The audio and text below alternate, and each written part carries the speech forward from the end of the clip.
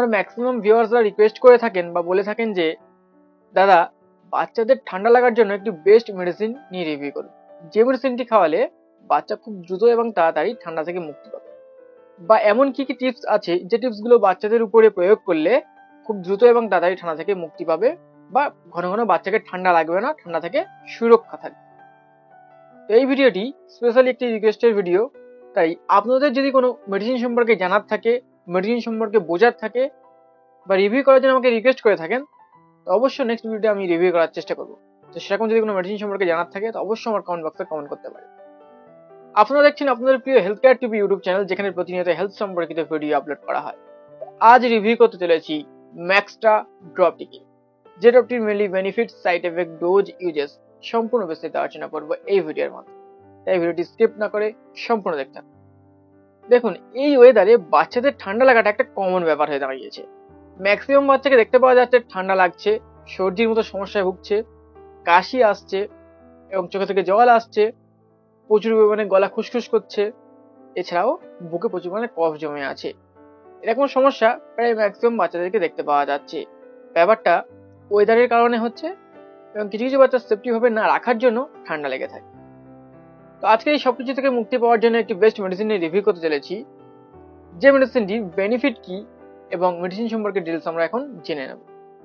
আজ রিভিউ করতে চলেছি এই যে ম্যাক্সট্রা ড্রপ, এই ড্রপটির মেনলি বেনিফিট কি। বেনিফিটটি শোনার আগে যদি আমার চ্যানেলে নতুন হয়ে থাকেন এখনো, প্লিজ সাবস্ক্রাইব করে পাশে থাকা বেল আইকনে ক্লিক করে দেবেন, তাহলে আমার চ্যানেলের সমস্ত আপডেট ভিডিওগুলি সর্বপ্রথমে আপনাদের কাছে পৌঁছে, যা থেকে আপনি এবং আপনার ফ্যামিলি খুবই উপকৃত। বেনিফিটটি শোনার আগে আমি মেডিসিন সম্পর্কে একটু ডিটেলসও বলে নেব। এই যে মেডিসিনটি ম্যাক্সট্রা ড্রপ, যে ড্রপটি 15 ml একটি ড্রপ, যে ড্রপটি এমআরপি আছে 91। এই যে ম্যাক্সট্রা ড্রপটি, এই ড্রপটির কোম্পানি নাম কি দেখে নেব। কোম্পানি নাম আছে জুভেন্টাস ফার্মা লিমিটেড, যার ব্র্যান্ড নাম হলো ম্যাক্সট্রা ড্রপ। এই যে ড্রপটি, এই ড্রপটির কম্পোজিশন কি আছে? কম্পোজিশন আছে ফেনিলেফারেলিন আছে 5 mg এবং ক্লোরোফেনামাইন আছে 2 mg। এই দুটি কম্পোজিশন অ্যাটাচ করে একটি মেডিসিন তৈরি করা হয়েছে, যেটিকে বলা হয় কম্বিনেশন মেডিসিন। এই যে মেডিসিনটি মেনলি বেনিফিট কি বা কি কি কাজে আমরা ইউজ করতে পারি। এই যে মেডিসিনটি বাচ্চাদের ঠান্ডা লাগার ক্ষেত্রে খুব ভালো কাজ করে থাকে।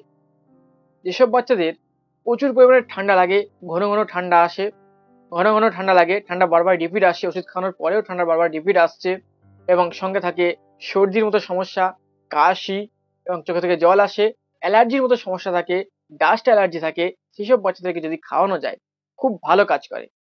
তো এই একটি মেডিসিনে বাচ্চার ঠান্ডা যদি লেগে থাকে, ঠান্ডা লাগার মতো সমস্যা দূর হয়।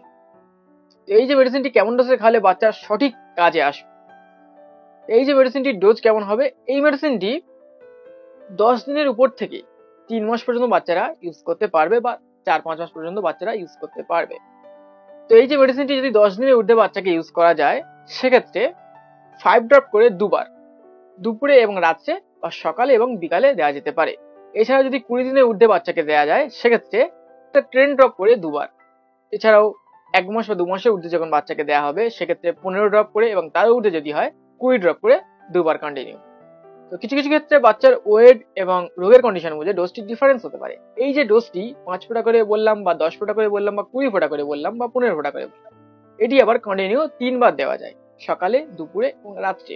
তো অবশ্য বাচ্চার ওয়েট এবং রোগের কন্ডিশন অবশ্যই মেডিসিনটি ইউজ করার পূর্বে ডাক্তারের পরামর্শ করে নেবেন, সেক্ষেত্রে আপনাদের উপকারী হবে।